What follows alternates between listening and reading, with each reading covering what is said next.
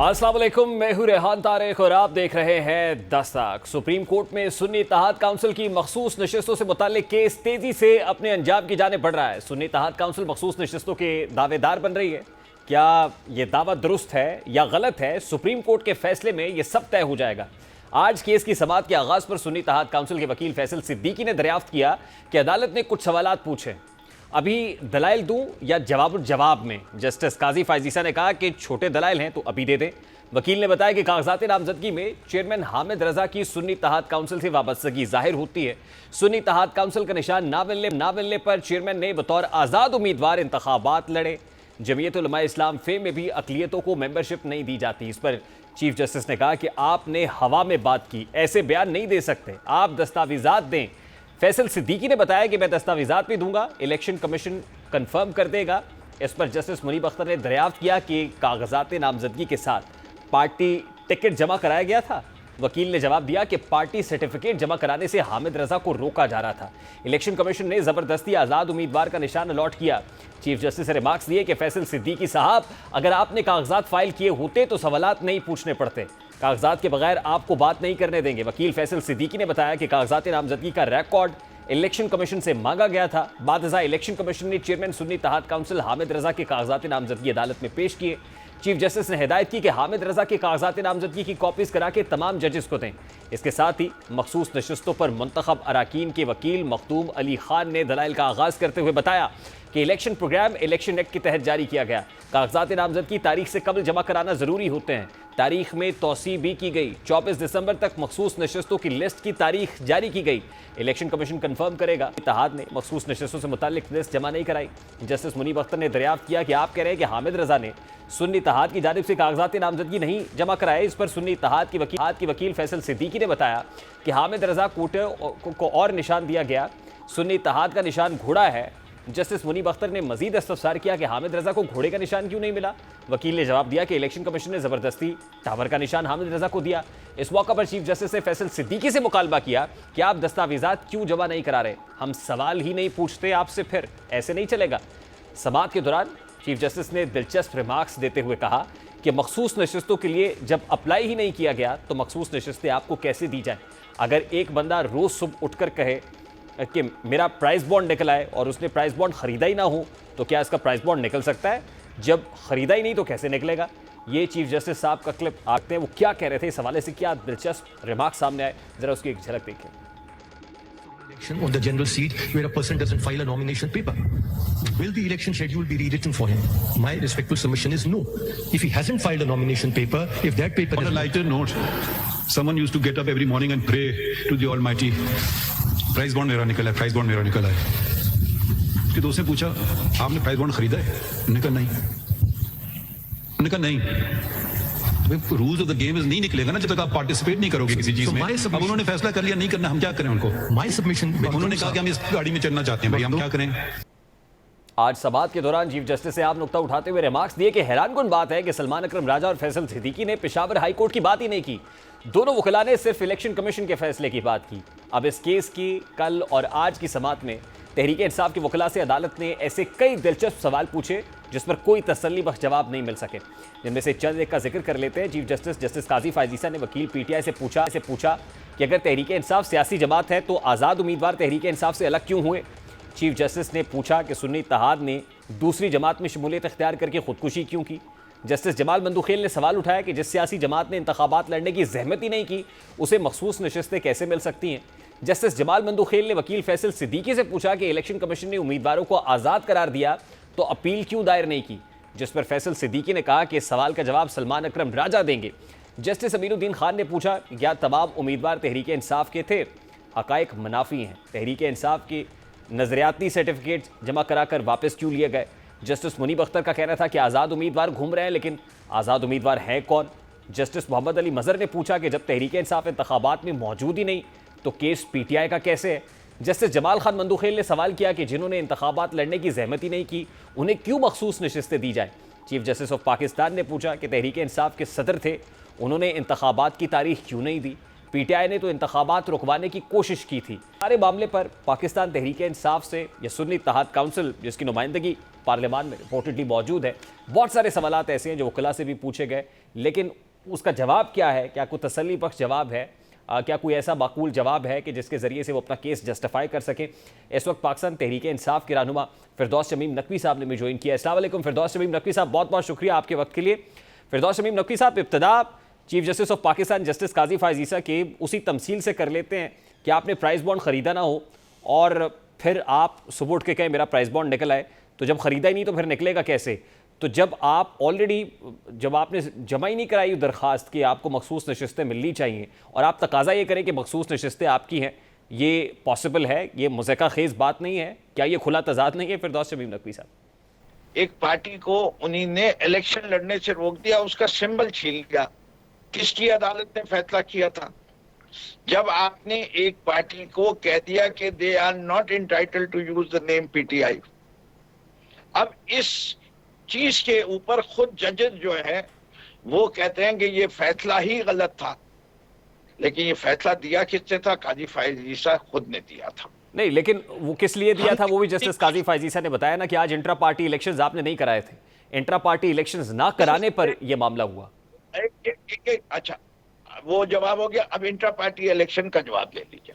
देखिए, मुल्क में एक चीज है, कानून लिखा हुआ है, करप्शन गलत है, करप्शन की सजाएं भी हैं। पाकिस्तान में ऊपर से लेकर नीचे तक कौन सा इदारा ऐसा है जो अपने आप को कहे कि मैं करप्शन से पाक हूं? लेकिन बात सारी ये है कि ये मिसाल मैं क्यों दे रहा हूं कि जी इंट्रा पार्टी इलेक्शन पाकिस्तान के अंदर 128 जमातें रजिस्टर्ड है। जो पैमाने से हमारे ऊपर जजमेंट आई थी, क्या वही पैमाना बाकी जमातों पे भी अप्लाई किया गया? लेकिन फिरदौस शमीम नकवी साहब, आप तो अपने रिस्पॉन्सिबल है ना, या जवाब दे तो आप अपनी पार्टी के लिए हैं, आप 128 पार्टीज के लिए जवाब दे तो नहीं है। एक मिनट मैं मुकम्मल कर लूं ना, फिर आप जो सवाल पूछे जवाब दूंगा। बात यह है, हमने अपने लिहाज से इंटर पार्टी इलेक्शन दुरुस्त किया, अपने लिहाज हुआ। हमने जब दिल्ली तो हमने कहा कोविड की वजह से हम इलेक्शन नहीं कर पा रहे, उसके बाद हमने किया। तमाम पार्टीज के इलेक्शन इसी तरह होते हैं कि अनअपोज्ड आते हैं। उन्होंने उठा के कह दिया कि जी आपका जो आईन था 2022 का आईन ही नहीं अप्रूव हुआ। ये किसने फैसला किया? इलेक्शन कमीशन ने। कितने अरसे बाद फैसला किया? 22 महीने बाद। 22 महीने बाद। तो फिरदौस शमीम नकवी साहब, आपकी अपनी पार्टी के कॉन्स्टिट्यूशन में लिखा था ना कि अनअपोज्ड ये नहीं हो सकते। ये ऐसी वाली बात है, लोगों ने वोट दिया 8 फरवरी को। 8 फरवरी की रात तक पीटीआई की 2/3, 9 फरवरी को तब्दील कर दिया इलेक्शन कमीशन में। कसूर लोगों का है कि उन्हीं ने नतीजे के ऊपर बाहर नहीं निकले। अपने पार्टी के कॉन्स्टिट्यूशन के अंदर लिखा हुआ था कि अनअपोज्ड मेंबर्स नहीं होंगे, बल्कि इलेक्शंस के जरिए से जमहूरी तरीके से आपकी जो एग्जीक्यूटिव काउंसिल है उसका इंतखाब होगा, लेकिन जमहूरी तरीका अप्लाई नहीं हुआ। नंबर 1। नंबर 2 बात यह है कि अगर इलेक्शन कमीशन ऑफ पाकिस्तान ने कहा कि आजाद होंगे, आजाद हैसियत में कंटेस्ट करेंगे, तो क्या आपने इलेक्शन कमीशन के उस फैसले को चैलेंज किया? जी, आप जरा कौन सी शिफ्ट पढ़ रहे हैं आप कॉन्स्टिट्यूशन की हमारे 2022 की? आपके अपने party I am knowledgeable that. मेरे किसी पार्टी कॉन्स्टिट्यूशन में ये नहीं होता कि जी अनअपोज्ड कोई नहीं आ सकता। पार्टी का कॉन्स्टिट्यूशन लिखा जाता है इलेक्शन के लिए, लेकिन इलेक्शन का मतलब यह है कि people can come and contest. लेकिन अगर कोई आदमी नहीं आता, फॉर एग्जांपल मैं बड़ी सादा मिसाल दे देता हूं आपको, जो इस वक्त इमरान खान साहब की आज भी हैसियत है, आज का भी कॉन्स्टिट्यूशन 2019-22 किसी भी पार्टी का रख ले, जिस पार्टी में अगर इमरान खान साहब चेयरमैन के तौर पे खड़े होंगे, अनलेस एंड अनटिल वो एक कोई नूरा किश्ती वाला मसला हो, कोई शख्स पाकिस्तान तहरीक इंसाफ का मैं नहीं जानता जो इमरान खान साहब के सामने अपोज करना चाहेगा, इसलिए कि हम उनको एक रियली अजीम लीडर समझते हैं। But having said that democratic process तो यही है कि इलेक्शन प्रोसेस को फॉलो किया जाना चाहिए, नंबर 1। नंबर 2 बात ये सर, फिरदौस शमीम नकवी साहब, मेरा सवाल ले लेना। सवाल ये है सर कि उस प्रोसेस को फॉलो नहीं किया गया। इलेक्शंस तो हुए नहीं थे, इंट्रा पार्टी इलेक्शंस तो हुए ही नहीं थे ना सर। मुकम्मल करते थे जी। जुल्फिकार अली भुट्टो की थी, यही सिचुएशन इस वक्त बिलावल भुट्टो की है, यही सूरत नवाज शरीफ के अभी हालिया इलेक्शन की है।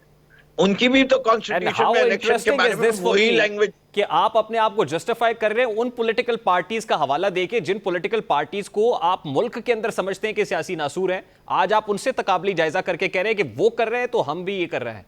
आप तो उस टैबू को तोड़ने के लिए, आप उस रिवायत को खत्म करने के लिए आए थे ना सर। सर जी नहीं, आप जो है आप असल में आप समझने की नहीं कोशिश कर रहे हैं। मैं समझाने की फिर से एक कोशिश कर लेता हूं। एक है आइन की इंटरप्रिटेशन जो आपने की थी, एक है पीटीआई और दूसरी जमातों में फर्क। पीटीआई मौरूसी सियासत पे यकीन नहीं रखती, पर्ची पर चेयरमैन नहीं बनता हमारा चेयरमैन जो भी है गौहर अयूब नॉमिनेट हुआ, उसका ताल्लुक उसके नाम के साथ नियाजी नहीं लगा हुआ। वो इमरान खान का पोता, बेटा, भतीजा, भांजा, बेटा नहीं है। हम मौरूसी सियासत ये नहीं है। This is appreciated, but one man rule तो है ना सर। हमारे इसलिए प्लीज समझिए कि there is a lot of difference between PTI and in selecting its leadership। ठीक, हम इस पे यकीन नहीं रखते। हमारे यहाँ सीटें हॉटली कंटेस्ट भी होती है। गौहर अयूब, बैरिस्टर गौहर को भी जो है मुकाबला था, इस दफा भी था, लोगों ने फाइल की थी नॉमिनेशंस, ये नहीं है कि नहीं हुई। अच्छा, मैं तो कह रहा हूं इमरान खान साहब की माजरत के साथ कथा कलामी के लिए माजरत sir, if you could just please come out from the self obsession mode. मैं आपसे जानना ये चाह रहा हूं ना सर कि कुछ गलतियां हैं जो लीगल डोमेन में पाकिस्तान तहरीक इंसाफ से हुई हैं। For example, election commission of Pakistan ने आपको आजाद डिक्लेयर किया। इलेक्शन कमीशन के फैसले से आपको, आप समझते हैं कि ठीक फैसला नहीं है, जानिबदारी पर मबनी है, आप उसको कोर्ट ऑफ लॉ के अंदर चैलेंज करते। सवाल मेरा यह है कि आपने चैलेंज क्यों नहीं किया। नंबर टू ये सर, मेरा सवाल ले लेना। नंबर टू ये कि सुन्नी इत्तेहाद काउंसिल में आपने शमूलियत इख्तियार करके सियासी खुदकुशी की। नंबर थ्री ये कि पाकिस्तान तहरीक इंसाफ नजरियाती का सर्टिफिकेट आपने दिखा दिया, शो कर दिया, उसके बाद you had to pull it back. मतलब ये कुछ चीजें पै दर पै, बैक टू बैक प्रॉब्लम्स हुई हैं जो पाकिस्तान तहरीक इंसाफ ने खुद की हैं। नहीं किए हैं। एक एक का जवाब लीजिए। Let's start with Pakistan Tehreek Insaf नजरियाती।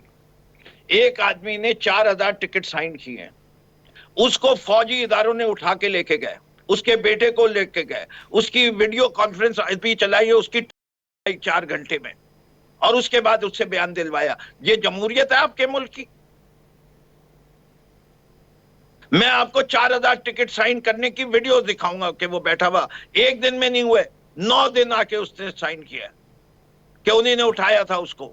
आपके पास कोई सब्सटेंशियल एविडेंस है सर? आप नेशनल टीवी पे बैठ के ऐसी बात कर रहे हैं। Do you have some substantial evidence? बहुत आसान होता है नेशनल सिक्योरिटी डोमेन में मौजूद इदारों के ऊपर बात करना।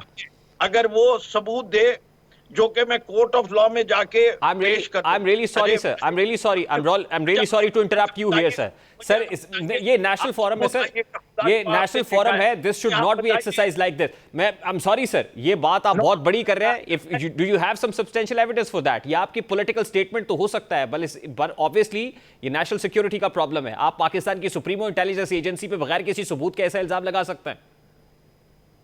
भाईजान, जिस लोगों ने पाकिस्तान के आइन की कभी कदर नहीं की, कितनी दफा इस मुल्क के कानून को सबवर्ट किया, और आप जैसा मीडिया जो खामोश बैठा रहा। I am talking about this particular issue, जो इल्जाम आप लगा रहे हैं। आज मैं अपनी गर्दन पेश कर रहा हूं कि उड़ा दो, मैं शहीद जमहूरियत कहलाऊंगा, उड़ा दो, इससे कि मैंने सच बोला है। यही है ना सच बोलने की सदा। नहीं, do you have some substantial evidence for that sir? कैसे किस सच की बात कर रहे हैं आप? Just watch that press conference. Political mileage और डिविडेंड के लिए एंटी एस्टैब्लिशमेंट स्टांस लेना, इंटेलिजेंस एजेंसीज को मिलाइन करना within the premises of the court, within your press conferences, during TV talk shows, ये बहुत आसान है। But do you have some substantial evidence for that? सवाल तो मेरा बड़ा सादा सा है। May I ask you a question if you allow me? Sir सवाल तो मैं कर रहा हूं आपसे, अगर आप मुझे रिस्पॉन्ड कर सकें। Was the same question to Babar Sattar. Did he provide any substantial evidence in writing that somebody had threatened him? Or it is just that he received calls from unknown quarters threatening him? What about Mohammad Abbas of Sargodha? तो करना चाहिए ना, करना चाहिए ना, जजेस को भी ऑब्वियसली करना पड़ेगा ना, ये बताना पड़ेगा ना सर। भाई मैं भी तो यही बात कह रहा हूं कि आप, वो मौजूद है पीटीआई नजरियाती वाला, उसने हमारे 4000 टिकट साइन किए, उसके 4000 टिकट तो उसने साइन कर दिए, फिर उसने प्रेस कॉन्फ्रेंस कर दी। या तो उस आदमी का दिमाग खराब है। Why did you go after that, sir? Why did you go after Akhtar Iqbal डार? आप मुझे कोई एक लॉजिकल रीजन बता दें कि एक शख्स उसने क्यों तब्दील किया। मुझे तो ये समझ नहीं आ रही कि आपके पास लॉजिकल रीजन क्या था कि आप किसी और पॉलिटिकल पार्टी को ज्वाइन करते जब पाकिस्तान तहरीक इंसाफ एग्जिस्ट करती थी। जब पाकिस्तान तहरीक इंसाफ बतौर सियासी जमात एग्जिस्ट करती थी तो आप किसी और पॉलिटिकल पार्टी में लेने क्या गए थे सर? नहीं सर, पीटीआई के ऊपर केस कर दिया गया था कि सिंबल वापस लिया जाए। सिंबल लिया था ना सर, पॉलिटिकल पार्टी तो खत्म नहीं हुई थी। के बाद जब सुप्रीम कोर्ट में चैलेंज हुआ था, उस वक्त हमने पीटीआई नजरियाती से राब्ता कायम किया, उस वक्त हमने शरानी ग्रुप से राब्ता कायम किया, उस वक्त हमने एमडब्ल्यूएम से राब्ता कायम किया, उस वक्त हमने सुन्नी इत्तेहाद कौंसिल से यही तो मेरा राब्ता कायम सवाल किया। है, यही तो मेरा सवाल है कि जब आपकी पॉलिटिकल पार्टी एग्जिस्ट करती थी, सुप्रीम कोर्ट ऑफ पाकिस्तान का फैसला मौजूद है, तो आप किसी और पॉलिटिकल पार्टी का रुख क्यों कर रहे थे? आपको पाकिस्तान तहरीक इंसाफ का हिस्सा रहना चाहिए था। यही तो मैं कह रहा हूं ना, ये गलती हुई आपसे कि आपने सुन्नी इत्तेहाद काउंसिल को ज्वाइन किया। I am sorry, you are not letting me complete. एक मैं हिफ्ज़ मा तकद्दुम के तौर पे तैयारी किए हुए था, मैंने अनाउंसमेंट नहीं की थी, मैंने अनाउंसमेंट की है on the last day of nomination filing, जब हमें मना कर दिया इलेक्शन कमीशन ने कि वो नहीं एंटरटेन करेगा। Please correct your timeline. Are you entitled to the reserve seats? ऐसी पार्टी से जिसकी एक भी नशिस्त नहीं है नेशनल असेंबली के अंदर। भाई मुझे मौका, जब मुझे 10 घंटे रह गए थे नॉमिनेशन फाइल करने में कि या तो मैं आजाद लड़ूं या मैं किसी जमात से टिकट दाखिल कर दूं, तो हमने पीटीआई एन का इस्तेमाल किया। उसके ऊपर और टिकट भी जमा किए गए जो पीटीआई एन वाले ने नहीं इशू किए थे, कंट्रोवर्सी क्रिएट की गई, उससे एक फोर्स बयान दिया गया जिसकी वजह से हमारे तमाम लोगों को बहैसियत आजाद कैंडिडेट लड़ना पड़ा। फिर उसके साथ आगे की जाती, मेरे एमएनए और एमपीए को भी दोनों मिलकर कह रहे हैं कि हमें एक सिंबल दे दो। इलेक्शन कमीशन ऑफ पाकिस्तान ने कहा हम सिंबल भी नहीं देंगे। ये भी नहीं, उसके बाद you could have gone to the court, sir। यही तो मैं कह रहा हूं, आप अदालत का दरवाजा खटखटाते ना, इलेक्शन कमीशन ऑफ पाकिस्तान के अगेंस्ट जाते अदालत में, अदालत से फैसला लेते। किसने कहा नहीं गए? जी, कब गए आप सर? क्या मैंने इलेक्शन से पहले आप कब गए? नहीं किया गए। आप देखिए कितनी पिटीशंस हैं जो पड़ी हुई हैं, क्या सुप्रीम कोर्ट ने उनको सुनने की थी? जसारत नहीं की थी। फिरदौस शमीम नकवी साहब, they are all pending. You're not aware of the facts, my friend. मुल्क में बदअमनी की लहर से निपटने के लिए पाक फौज और वफाकी हुकूमत की जानिब से विजन अज़्म इस्तेहकाम के नाम से एक नए ऑपरेशन का ऐलान किया गया है, जिसके बाद तहरीक इंसाफ की जानिब से कभी ऑपरेशन की मज़ामत तो कभी हिमायत नज़र आ रही, कभी वो मजम्मत कर रहे हैं, इस पर मज़ामती बयानियाँ इख्तियार करते हैं, कभी हिमायत करते हैं। अली अमीन गंडापुर जो एक तरफ से जेल में बानी पीटीआई से ऑपरेशन के मुतालिक मशावरत करने गए और उसके बाद उन्होंने मीडिया से गुफ्तगू करते हुए इस ऑपरेशन पर कहा कि एपेक्स कमेटी में ऑपरेशन का जिक्र ही नहीं था। ये अली अमीन गंडापुर साहब का मौक़िफ़ है, वो क्या कहते हैं ज़रा सबसे पहले उसकी एक झलक आपके सामने रखता है।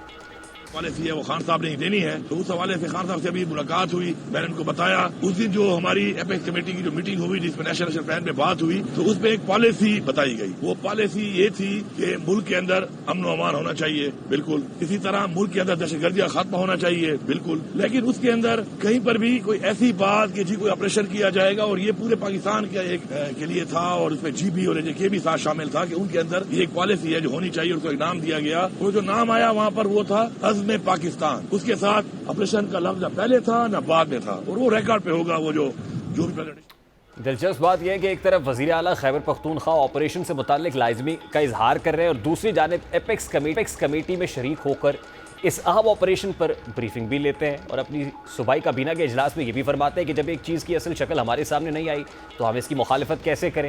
यानी इसका मतलब ये है कि अंदर ही अंदर वज़ीर आला खैबर पख्तूनख्वा ऑपरेशन की मुखालिफत भी नहीं कर रहे हैं। और यही वजह है कि वो एपेक्स कमेटी के इस इजलास में नजर आए जहां इस ऑपरेशन का ऐलान किया गया। यही वजह है कि ख्वाजा आसिफ फरमाते हैं कि अली अमीन गंडापुर ने ऑपरेशन से मुताल्लिक कोई इख्तलाफ नहीं किया। अब अली अमीन गंडापुर की एपेक्स कमेटी के इजलास में शरीक होने से तो यही मतलब निकलता है कि तहरीक इंसाफ इस ऑपरेशन पर राजी है, लेकिन तहरीक इंसाफ के कुछ रहनुमा ऑपरेशन की मुखालिफत कर रहे हैं और इसकी नौयत पर सवाल उठा रहे हैं। इस पर जो पॉलिटिकल माइलेज डिविडेंड लिया जा सकता है, इसके जरिए से नैरेटिव बिल्डिंग की जा सकती है, वो कर रहे हैं और किस अंदाज में कर रहे हैं, जरा उसकी एक झलक आपके सामने रखते हैं। के लिए ऑपरेशन का मुतहम्मिल नहीं हो सकता, ये दो अलग अलग चीजें हैं। इस्तेहकाम के लिए रूल ऑफ लॉ होना चाहिए, इस पार्लियामान में उन लोगों का होना चाहिए जो असल में इसमें बैठने के हकदार है। वज़ीर आज़म इमरान खान साहब बारहा कहते रहे कि पाकिस्तान की सरजमीन पे मिलिट्री ऑपरेशन करना अपने लोगों के ऊपर वो नहीं होना चाहिए। पार्लियामेंट में लाए, इन कैमरा ब्रीफिंग दे कि ये करना क्या। अब तहरीक इंसाफ ये अंदाजे लगा रही है कि मिलिट्री ऑपरेशन होगा, जैसे रद्दुल फसाद और ऑपरेशन ज़रब अज़ब हुए जिसमें नकल मकानी की गई, लेकिन ख्वाजा आसिफ इस बात का जवाब दे रहे हैं और कह रहे हैं कि इंटेलिजेंस बेस्ड ऑपरेशन होगा जिसका तरीकाकार जल्द वाज़ेह हो जाएगा। अब यानी ये वैसा ऑपरेशन नहीं होगा जैसे माजी में हुए और जिसका हवाला पीटीआई देती है। अब ये ऑपरेशन इंटेलिजेंस बेस्ड विजन अज़्म इस्तेहकाम के नाम से मुसल्लह शिद्दत पसंदी के खिलाफ एक नए ऑपरेशन का ऐलान किया गया है। तो हिज़्ब इख्तिलाफ समेत खैबर पख्तूनख्वा के कबायली माहिदीन ने बड़े पैमाने पर इसकी मुखालिफत की है, जिसकी एक अहम वजह इस मुजव्वज़ा कार्रवाई से बड़े अबहाम और सवालात थे। ये वाज़ेह नहीं था कि ये कार्रवाई कहाँ और कैसे होगी, जबकि साथ ही साथ ये सवालात भी मौजूद थे कि किसी बड़े पैमाने पर होने वाली अस्करी कार्रवाई के असरात क्या होंगे। लेकिन वज़ीर दिफा के साथ साथ वज़ीर आज़म ने काबीना इजलास में भी ऑपरेशन के हवाले से वजाहत दी है। आज शहबाज शरीफ की ज़ेर सदारत वफाकी काबीना का इजलास हुआ। काबीना इजलास में वज़ीर आज़म ने विजन अज़्म इस्तेहकाम के हवाले से, अब ये ऑपरेशन अज़्म इस्तेहकाम नहीं बल्कि विजन अज़्म इस्तेहकाम है, इस हवाले से गर्दिश करती गलत फहमियों और क़यासराइयों के हवाले से अरकान को एतमाद में लिया। वज़ीर आज़म शहबाज शरीफ का कहना था कि विजन अज़्म इस्तेहकाम एक कसीरुज्जहती मुख्तलिफ सिक्योरिटी इदारों के ताउन और पूरे रियासती निज़ाम का मजमूई कौमी विजन है। इस मकसद के लिए किसी नए और मुनज़्ज़म मुसल्लह ऑपरेशन की बजाय पहले से जारी इंटेलिजेंस की बुनियाद पर कार्रवाइयों को मज़ीद तेज़ किया जाएगा। बड़े पैमाने पर मुसल्लह ऑपरेशन जिसके नतीजे में नकल मकानी की ज़रूरत हो, विजन अज़्म इस्तेहकाम के तहत ऐसे किसी ऑपरेशन की शुरुआत महज गलत फहमी है। विजन अज़्म इस्तेहकाम का मकसद दहशत गर्दों की बाक़ियात, जराइम और दहशत गर्द गठजोड़ और मुल्क में पुरतशद्दुद इत्तेहा पसंदी को फैसला कुन तौर पर जड़ से उखाड़ फेंकना है। लेकिन क्या तहरीक इंसाफ की खैबर पख्तूनख्वा में हुकूमत इस मकसद में हुकूमत का साथ देगी? क्योंकि अली मोहम्मद खान तो वाज़ेह कर चुके हैं कि केपी की हुकूमत खैबर पख्तूनख्वा की आवाम की मंजूरी के बगैर कोई ऑपरेशन नहीं होने देगी। पी ने ब्रीफ किया कि कोई अज़्म इस्तेहकाम उनके सामने कोई ऑपरेशन की बात नहीं आई, ना उन्होंने मंजूरी दी है। खैबर पख्तूनख्वा की हुकूमत खैबर पख्तूनख्वा में कोई ऑपरेशन अवाम की मर्जी के बगैर नहीं। इस वक्त खैबर पख्तूनख्वा से पाकिस्तान मुस्लिम लीग नून के सीनियर रहनुमा इख्तियार वली साहब ने भी ज्वाइन किया है। सारे मामले पर जरा हुकूमती नैरेटिव, हुकूमती वर्जन क्या है वो ले लेते हैं। अस्सलाम वालेकुम इख्तियार वली साहब, बहुत बहुत शुक्रिया आपके वक्त के लिए।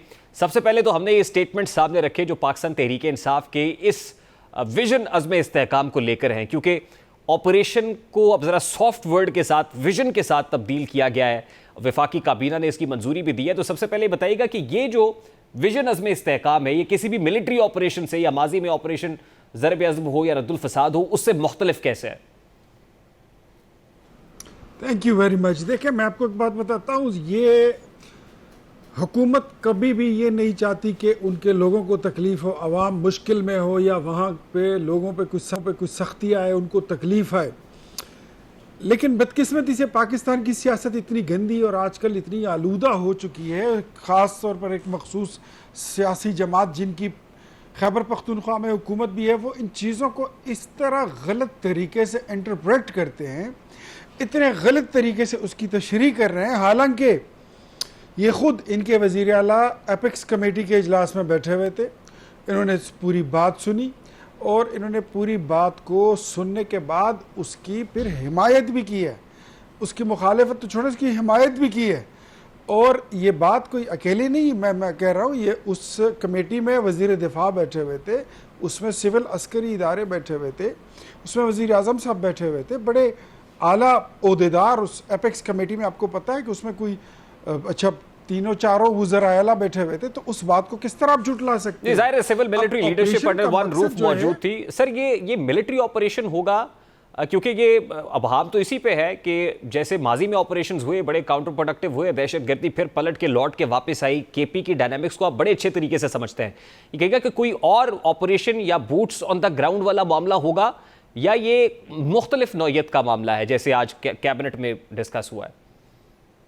जो ऑपरेशन हुआ था स्वात में, उसमें बहुत सारे लोग आईडीपीज बन गए थे, बहुत सारे लोग उनको नकल मकानी करनी पड़ी थी। राह निजात एक ऑपरेशन हुआ था, ज़रब अज़ब एक ऑपरेशन हुआ था जिसमें हज़ारों लाखों लोग जो थे दे वर बीन डिस्प्लेस्ड, उनको अपनी जगह और अपना घर बार और अपना इलाका छोड़ना पड़ा था। But this is not like that. उस तरह का ये ऑपरेशन है ही नहीं। ये इंटेलिजेंस बेस्ड ऑपरेशन है।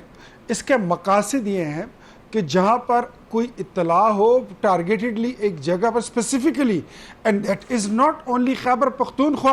अगर सिंध में हुए सिंध में ऑपरेशन होगा, पंजाब में हुआ पंजाब में होगा, केपी में हुआ तो खैबर पख्तूनख्वा में, सिंध में हुआ बलूचिस्तान में हुआ तो वहाँ होगा, कश्मीर में कोई चीज़ हुई तो वहाँ पे टारगेट करके उसको ख़त्म किया जाएगा। मकसद क्या है?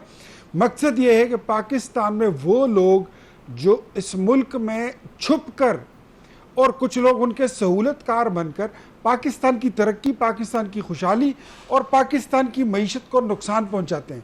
मैं पूछना चाहूँगा, अगर खैबर पख्तूनख्वा की हुकूमत ही है और वो इस वक्त ठेकेदार बनने की कोशिश कर रही है, मैं खुद खैबर पख्तूनख्वा से हूँ, मुझे खुद वहाँ पे जब ऑपरेशन होता है तकलीफ़ होती है, लेकिन इनसे पूछें कि शांगला में ये जो अभी मोमन डैम पे जो चाइनीज़ इंजीनियर्स पे हमला हुआ था उसका ज़िम्मेदार कौन है? लोअर दीर में जो अभी हमला हुआ है 5-6 जवान उसमें शहीद हुए, वो कौन सा इलाका था? तो सबसे पहले तो ये बात तय करनी होगी कि खैबर पख्तूनख्वा की हुकूमत जो है वो किसके साथ खड़ी है। आया वो टेररिज्म के साथ खड़ी है, या वो स्टेट ऑफ पाकिस्तान के साथ खड़ी है, या वो फिर पब्लिक ऑफ खैबर पख्तूनख्वा के साथ? I think they are standing nowhere. उनको खुद नहीं पता कि वो किधर खड़े हैं। उन्होंने सिर्फ एक सियासत करनी है और इस बात के अलावा उनको कोई समझ नहीं। लेकिन इख्तियार वली साहब, अब ये देखिए, खैबर पख्तूनख्वा गवर्नमेंट जो पाकिस्तान तहरीक इंसाफ की गवर्नमेंट है वो अब स्टेक होल्डर तो है, या अवाम केपी के स्टेक होल्डर तो हैं। अब सुनने में आ रहा है कि ग्रैंड जिरगा बुलाया गया है। अब आप क्योंकि खुद खैबर पख्तूनख्वा से जिरगा सिस्टम को भी अच्छे तरीके से समझते हैं, कबायली बायदीन भी इसमें मौजूद, तो ये जो जिरगा है बुलाया गया, क्या इसमें अगर जिरगा फैसला करता है कि जी वो किसी भी ऑपरेशन की मुखालिफत करेंगे और नहीं होने देंगे, तो how do you see this कि क्या without taking the government and the people on board कोई किसी किस्म का ये विजन कामयाब हो सकता है? देखिए, मैं बताता हूं, the things are very much clear. सारी चीजें क्लियर हैं। खैबर पख्तूनख्वा के लोग इस बात से डर रहे हैं, या कबायली अजला के जो लोग हैं वो इस बात से डरते हैं, उनको ये खदशा है कि ये शायद ऑपरेशन ज़रब अज़ब की तरह एक बड़ी मैसिव डिस्प्लेसमेंट होगी, लोग नकल मकानी करेंगे, अपना इलाका छोड़ेंगे और बड़ा कुछ होगा। लेकिन ये उस तरह है ही नहीं। तो जिरगा जब वो करेंगे, हमें दावत दी जाएगी, हम भी जाएंगे, बैठेंगे, उनके जितने भी खदशात होंगे उसको दूर करेंगे। और ऑपरेशन कोई भी कामयाब नहीं होता जब तक उसको मकामी लोगों की हिमायत हासिल नहीं होती। अब तहरीक इंसाफ, उनकी जो हुकूमत है वो इस ऑपरेशन में साथ दे रही है, जो उनकी पार्टी है वो उसकी मुखालिफत कर रही है, क्योंकि उन्होंने सियासत करनी है। तो बात बड़ी क्लियर है कि कौन कहाँ पे खड़ा है। जिरगा हुआ, उसमें बैठेंगे, दलील के साथ उनको समझाएंगे। एंड आई थिंक कि खैबर पख्तूनख्वा के लोग, कबायली अजला के लोग, वो पाकिस्तान के साथ और स्टेट ऑफ पाकिस्तान के साथ वो खड़े हैं, रियासत के साथ खड़े हैं, अपने मुल्क और अपने वतन और अवाम के साथ खड़े हैं। ठीक है, लास्टली एंड वेरी क्विकली इख्तियार वली साहब, ये मिलिट्री ऑपरेशन की इत्तलात बाहर आई कि कोई ऑपरेशन शुरू हुआ। अब उसको सॉफ्ट किया गया उस वर्ड को विजन के साथ। तो पहले ऑपरेशन का लफ्ज़ इस्तेमाल किया गया, बहुत इंटेंसिफाइड, या उसकी ग्रेविटी बहुत ज़्यादा थी। अब उसको सॉफ्ट किया गया फेडरल कैबिनेट के इजलास में। तो आपको लगता है कि this could have been better, कि अगर this would have been much improved अगर पहले ही इस तरह का कुछ सॉफ्ट या ऑपरेशन की जो चीज़ है या हाइप उस तरह से सामने ना आती पब्लिक डोमेन में? मेरे ख्याल में ये लफ्ज़ जो ऑपरेशन था, तो इसकी वजह से ही ये सारी बात इतनी इसको उछाला गया और लोगों में क्यास जो है उसको फैलाया गया कि ऑपरेशन ज़रब अज़ब, ऑपरेशन राह निजात, स्वात ऑपरेशन फलां डिमकान। हालांकि ये वाकई में ये उस तरह का ऑपरेशन भी नहीं है, और ये एक विजन है। विजन क्या है? एक मुआशी तौर पर, सियासी तौर पर, जमहूरी तौर पर एक मुस्तहकम पाकिस्तान। तो आई होप इंशाल्लाह अब इससे लोगों के जो कंटेंशंस हैं वो खत्म हो बिल्कुल जाएंगे। ठीक है। वफाकी हुकूमत के लिए इस वक्त बड़े चैलेंजेस में से एक चैलेंज माशी चैलेंज है। महंगाई और बेरोजगारी के साथ साथ एक बड़ा चैलेंज मुल्क पर अंदरूनी और बैरूनी कर्जों का बोझ भी है, जिसमें गुज़श्ता चंद साल में बेपनाह इजाफा हुआ है। पाकिस्तान डेट ट्रैप यानी कर्जों की दलदल में बहुत अशरों से धंसा हुआ है, लेकिन हालिया बरसों में कर्जों में होने वाले इजाफे और पाकिस्तान की सुकड़ती मईशत की वजह से अब इन कर्जों की वापसी पर सूद की अदायगी एक बहुत बड़ा मसला है।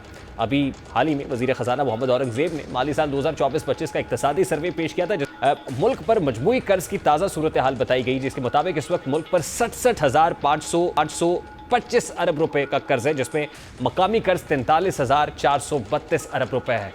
मुल्क पर बैरूनी कर्ज तकरीबन 24,093 अरब रुपए रिकॉर्ड किया गया है। अब कर्ज उतारना कैसे है, इस हवाले से जो पिछड़ा हुआ तबका है, गरीब आवाम है, उस पर टैक्सेस तो लगाए जाते हैं, लेकिन एक तजवीज़ एमकेएम पाकिस्तान के मुस्तफ़ा कमाल साहब दे रहे हैं। वो क्या तजवीज़ है, जरा उसकी एक सामने रखते हैं।